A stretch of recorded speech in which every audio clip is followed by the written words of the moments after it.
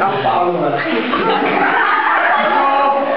Ať už u televizních obrazovek, nebo tady u nás na Kapčích horách u nás ve studiu.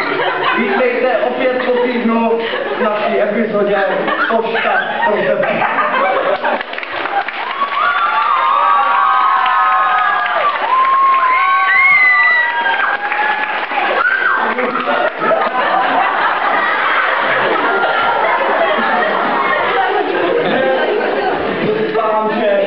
Rozuzlíme několik zamotaných a romantických příběhů.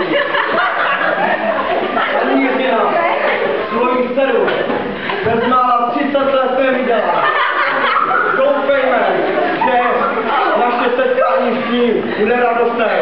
Děláme paní Jiřina!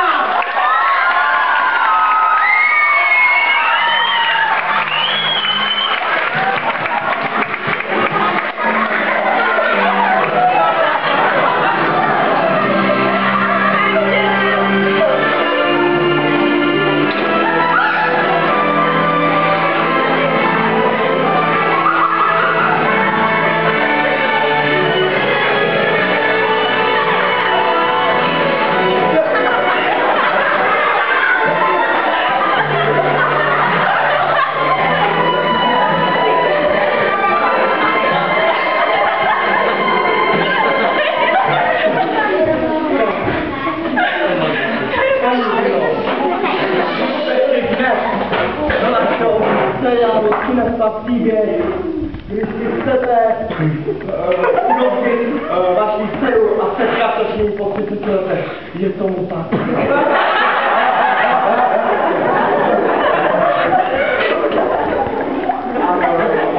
Jsem moc ráda, že tento pořad existuje. Vidím tady někoho, dostal a tamhle sedí. To je můj pan Mančík.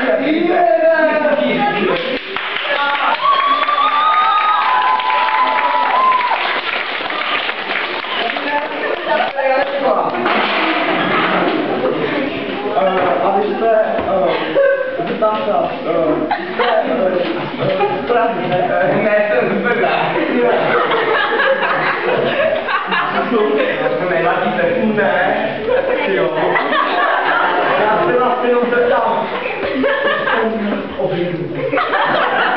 Jaká je tady šle? Jo.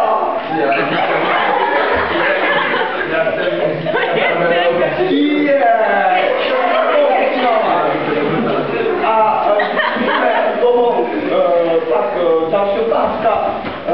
Jakou na školu jste vystudoval? Já jsem studoval Jo, tak dobře, jo, dobře. A já mám teď něco, když jste byli koukat tamhle na tu velkoplošnou obrazovku, tak tam uvidíte reportáž našeho božského reportéra. Říká Ondráška.